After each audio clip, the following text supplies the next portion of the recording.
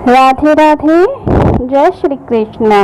कैसे हैं सभी लोग? आशा करते हैं हमारे लड्डू गोपाल जी का आशीर्वाद आप पर बना हुआ है। तो आज हम आपको बताएंगे आखिर कान्हा जी का लड्डू स्वरूप कैसे प्रकट हुआ, कैसे भगवान कृष्ण कान्हा से लड्डू गोपाल बन गए। माखन खाने वाले, माखन चोर कहलाने वाले कैसे लड्डू गोपाल जी कहलाए। आज हम उस कहानी को आपको सुनाएंगे, तो ध्यान पूर्वक सुनिए। ब्रज भूमि में भगवान श्री कृष्ण के एक परम भक्त थे जिनका नाम था कुंभन दास। उनका एक पुत्र था रघुनंदन।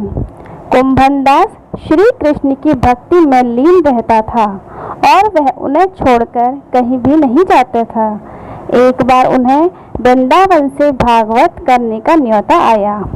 पहले तो कुंभन दास ने उन्हें मना कर दिया, फिर लोगों के बहुत ज्यादा जोर देने पर वह मान गए। उन्होंने सोचा कि भगवान की सेवा की तैयारी करके जाएंगे और कथा करके वापस लौट आएंगे। कुंभन दास ने भोग की सारी तैयारी करके अपने बेटे रघुनंदन को समझा दिया कि ठाकुर जी को भोग लगा देना, और कथा के लिए चले गए। रघुनंदन ने भोजन की थाली ठाकुर जी के आगे रखी और उनसे भोग लगाने का आग्रह किया। वह बालक था, उसको इतनी समझ नहीं थी। वह समझता था कि ठाकुर जी स्वयं आएंगे और अपने हाथों से भोजन करेंगे, लेकिन ऐसा नहीं हुआ। बहुत देर तक इंतजार करने के बाद भोजन की थाली ऐसी ही रखी रही और ठाकुर जी नहीं आए। इस बात को लेकर रघुनंदन बहुत जोर जोर से रोने लगा और जोर से पुकारने लगा, ठाकुर जी आओ, भोग लगाओ। अब रघुनंदन छोटा बालक था, उसके इस प्रकार के रोने को देखकर अब ठाकुर जी रह नहीं पाए।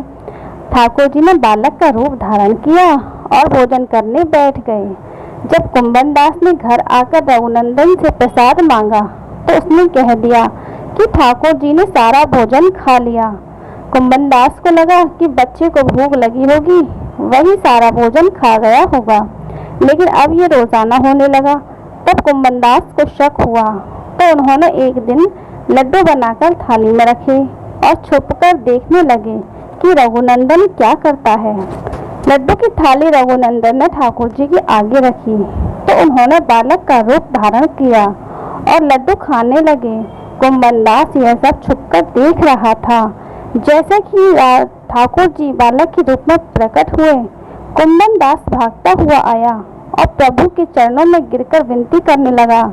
उस समय लड्डू गोपाल के हाथ में लड्डू था और दूसरे हाथ का लड्डू मुंह में जाने ही वाला था, लेकिन इतने में वे जड़ हो गए।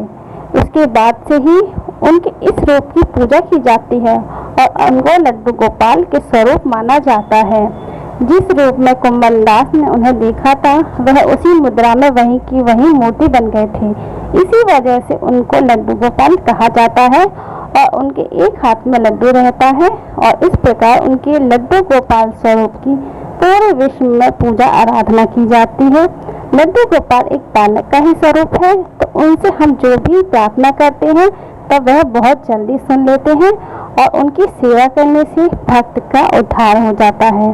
तो इस प्रकार यह थी लड्डू गोपाल स्वरूप बनने की यह एक सच्ची घटना, जो कि बहुत ही मार्मिक है, बहुत ही प्यारी है। तो लड्डू गोपाल के विषय में और जानने के लिए और ऐसी ही सच्ची घटनाओं के लिए, उनकी कथाओं के लिए, उनकी कहानियों के लिए हमारे चैनल को सब्सक्राइब कर लें, और वीडियो अच्छी लगे तो लाइक जरूर करेगा। राधे राधे।